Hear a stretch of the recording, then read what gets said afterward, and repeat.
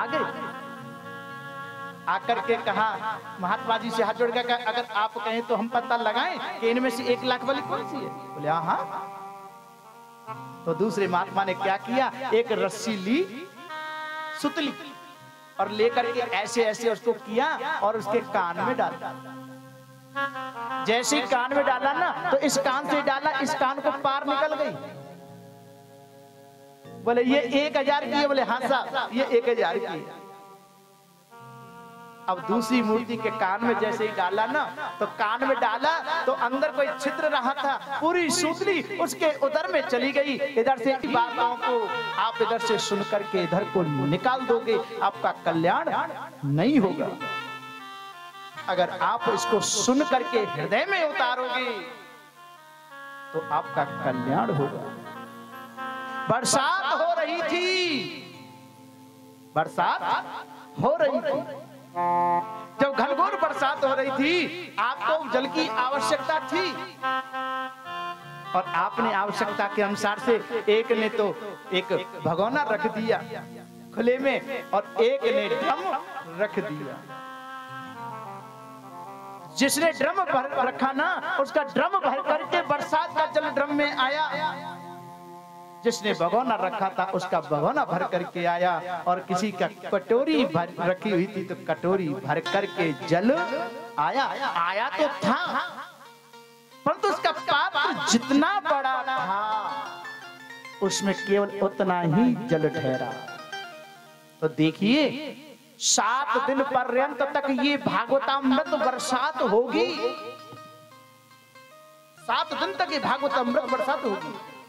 आपके श्रद्धा का पात्र जितना बड़ा होगा ना, कटोरी बना करके सुनोगे तो कटोरी भर के आएगा, भगोना बना करके सुनोगे तो भगोना भर करके आएगा, और अपने हृदय को विशाल सरोवर बना करके सुनोगे तो ये भागवतामृत विशाल सरोवर के रूप में आपके हृदय में समाहित होगा।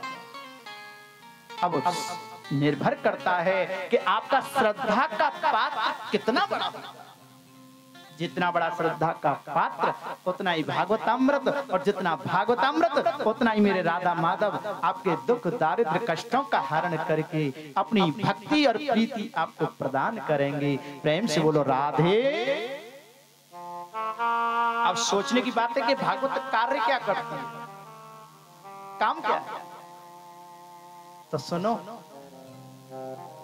एक बालक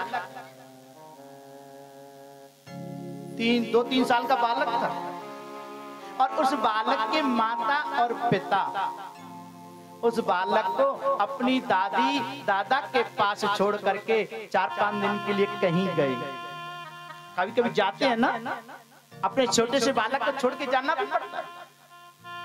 गए और बालक से कह गए कि हम कल आएंगे। पीछे से बालक खेलता भी है, अपने दादा दादी के साथ में रूठता भी है, दादा दादी से पैसा लेकर के दुकान से खाने की वस्तु भी लाता है। होता है आपके साथ में? है? नाती ना खिलाओ में? हाँ। और परंतु इतना कुछ होते हुए भी वह बालक, जो रास्ता है ना, जिस रास्ते से उसके माता पिता गए थे, उस रास्ते पर एक बार कल की कह के गए थे, आज आएंगे, पल पल नजर उसकी टिकी रहती है। पल पल उसकी नजर टिकी रहती है कि आज मेरे माता पिता, मेरे मम्मी पापा आएंगे, अपने मम्मी और पापा का इंतजार करता है, परंतु नहीं आया। बालक नहाता भी है, पर धूल मिट्टी में खेलते खेलते अपने को गंदा कर लिया है।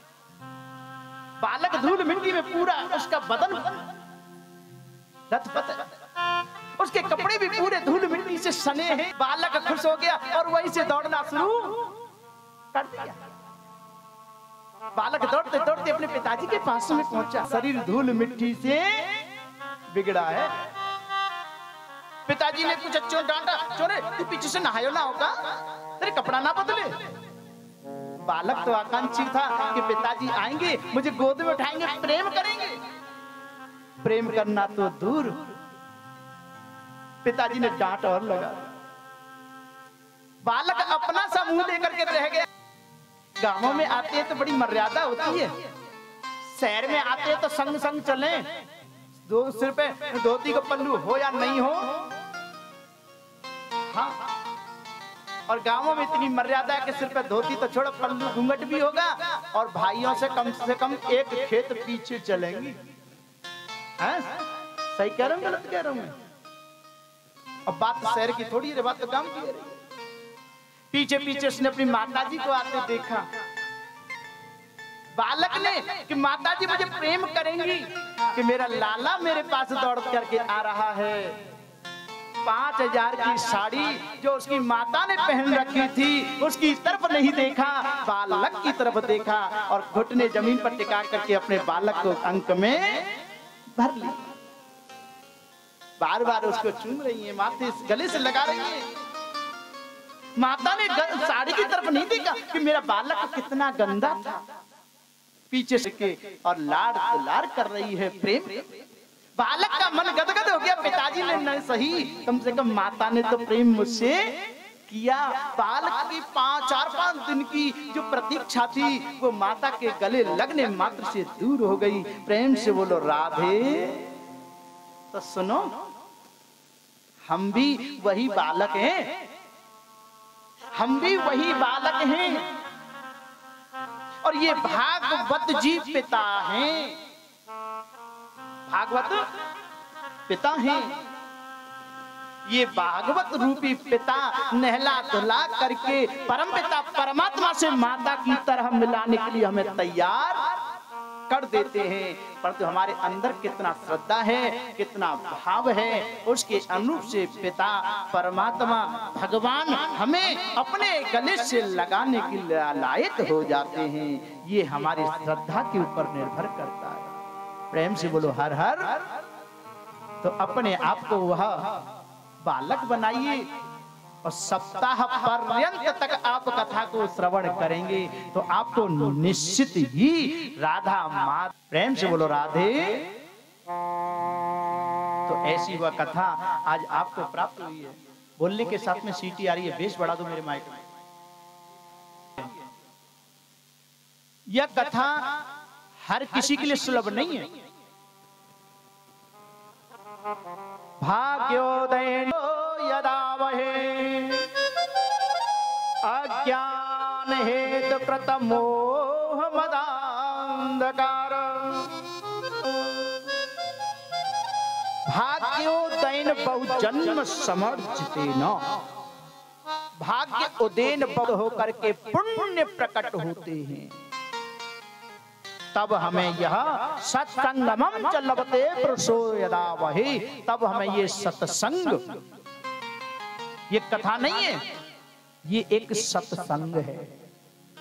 भागवत कथा, राम कथा, शिव महापुराण, देवी भागवत, ये कथाएं नहीं है, ये वास्तव में सत्संग है जो परम पिता परमात्मा अविनाशी से मिलाने का कार्य करता है। जिसके माध्यम से परमात्मा को प्राप्त करते हैं वही सत्संग है। परंतु आजकल क्या सत्संग के नाम पर रावण की चाची को कहा नाम हो, हाँ ये सत्संग होता है।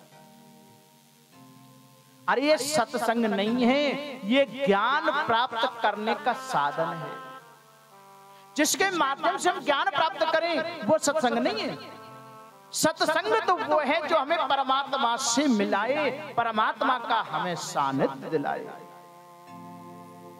ये हमारी अज्ञानता है कि हमारे को रावण की चाची का नाम नहीं पता।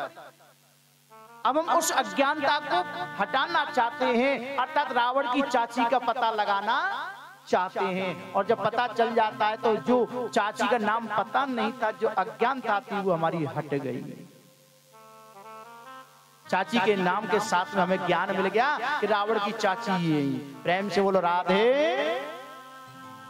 ऐसी वह कथा जो हर किसी के लिए सुलभ नहीं है।